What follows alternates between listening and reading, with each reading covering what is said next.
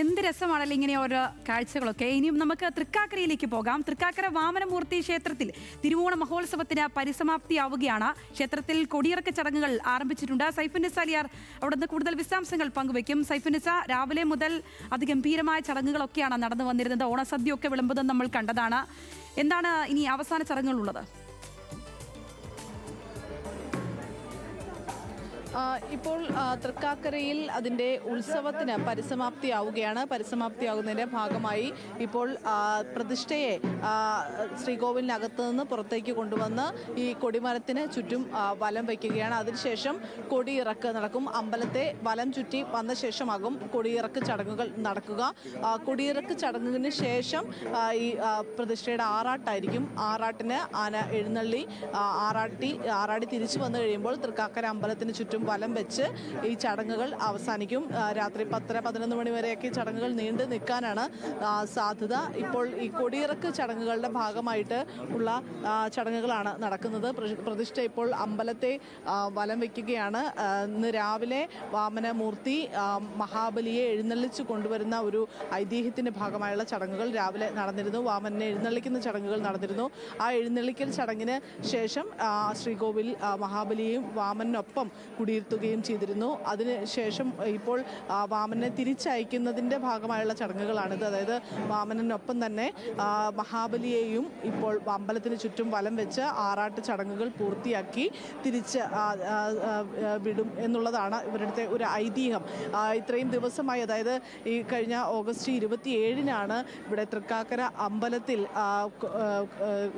അമ്പലത്തിൽ ചടങ്ങുകൾക്ക് കൊടിയേറിയത്, ഉത്സവത്തിന് കൊടിയേറിയത്. അതിനുശേഷം ഈ ഉത്സവത്തിലെ ചടങ്ങുകൾ അതിഗംഭീരമായി നടന്നിരുന്നു. നമുക്ക് ഈ ക്ഷേത്രം ഭാരവാഹികൾ തന്നെയുണ്ട്. എങ്ങനെയുണ്ടായിരുന്നു ഇന്നത്തെ ഓണസദ്യയും പരിപാടികളും ഒക്കെ? ഇപ്പോൾ പരിസമാപ്തിയാവുകയാണ്. എല്ലാം ഗംഭീരമായിരുന്നു. നമ്മൾ ഭഗവാന്റെ അനുഗ്രഹം കൊണ്ട് എല്ലാ പരിപാടികളും ഭംഗിയായിട്ട് തന്നെ നടന്നു. ഏതാണ്ട് 3-3:30 വരെ നമുക്ക് എല്ലാവർക്കും ഭക്ഷണം കൊടുക്കാൻ സാധിച്ചു. വന്ന എല്ലാവർക്കും ഭക്ഷണം കൊടുക്കാൻ സാധിച്ചിട്ടുണ്ട്. എത്രത്തോളം ആളുകൾ വന്നിട്ടുണ്ടെന്നൊരു കണക്ക്? നമ്മൾ 20,000 മുകളിൽ തന്നെയാണ് പ്രതീക്ഷ. അത്രത്തോളം ആളുകൾ വന്നിട്ടുണ്ടെന്ന് തന്നെയാണ് നമുക്ക് അറിയാവുന്നത്. ഇനിയിപ്പോൾ എന്തൊക്കെ ചടങ്ങ് ബാക്കിയുണ്ട്? ഇപ്പോൾ നമ്മൾ ആറാട്ടിനെ എഴുന്നള്ളിക്കാൻ പോവാണ്. അപ്പോൾ അതിന് മുമ്പ് കൊടിയിറക്കി ഭഗവാന്റെ ആറാട്ടുകുളത്തിൽ പോയി ആറാട്ട് നടത്തിയിട്ട് തിരിച്ച് 9 ആനയുടെ പൊസിഷനായിട്ട് ആറാട്ട് എഴുന്നള്ളിപ്പ് നടക്കും. തൃക്കാക്കര അമ്പലത്തിന്റെ ഉത്സവത്തിന് പരിസമാപ്തിയാവുന്നതിനൊപ്പം തന്നെയാണ് നമ്മുടെ ഓണാഘോഷങ്ങൾക്ക് ഒരു പരിസമാപ്തിയാവുന്നത്. അടുത്ത വർഷത്തെ ഓണാഘോഷവും ഉത്സവവും ഒക്കെ ഗംഭീരാക്കാൻ തന്നെയാണോ ഇപ്പോഴേ ആലോചന തുടങ്ങിയോ? തീർച്ചയായിട്ടും. അന്നെ ഞാൻ പറഞ്ഞല്ലോ, കേരളത്തിലെ ഏറ്റവും ശ്രദ്ധയും കേരളത്തിലെ മലയാളികൾ എല്ലാവരും ആഘോഷിക്കുന്ന ഒരു ഉത്സവം തൃക്കാക്കരയിലെ ഓണാഘോഷമാണ്. അപ്പോൾ പിന്നെ അത് മാത്രമല്ല, കേരളത്തിലെ ഉത്സവങ്ങൾക്ക് തുടക്കം കുറിക്കുന്ന ഉത്സവമാണ് തൃക്കാക്കര ഉത്സവം. അപ്പോൾ അതുകൊണ്ട് എല്ലാ വിധത്തിലും പ്രാധാന്യമുണ്ട്. ജാതിമത ഭേദമന്യേ എല്ലാവരും ആഘോഷിക്കുന്നുണ്ട് ഓണം. അപ്പോൾ അതിൻ്റെ കേന്ദ്രബിന്ദു തൃക്കാക്കരയാണ്. അതുകൊണ്ട് ഞങ്ങൾ അഭിമാനത്തോടെ പറയണം, ഇവിടെ നിന്നാണ് ഉത്സവങ്ങൾ തുടങ്ങുന്നത്.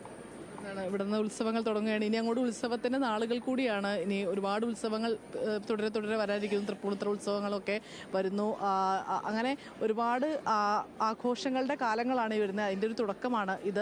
എന്തായാലും ഓണാഘോഷങ്ങളുടെ ഒരു പരിസമാപ്തി കൂടി കുറിക്കുകയാണ് ഇവിടെ തൃക്കാക്കര അമ്പലത്തിലെ ചടങ്ങുകൾ പൂർത്തിയാകുന്നതുകൊണ്ട് തന്നെ. ഇപ്പോൾ ഇവിടെ കൊടിയിറക്ക് ഇവിടെ കഴിഞ്ഞ ഓഗസ്റ്റ് 27-ന് കൊടിയേറ്റം നടന്നതാണ്. അതിനുശേഷം ഇനി കൊടിയിറക്കാണ്.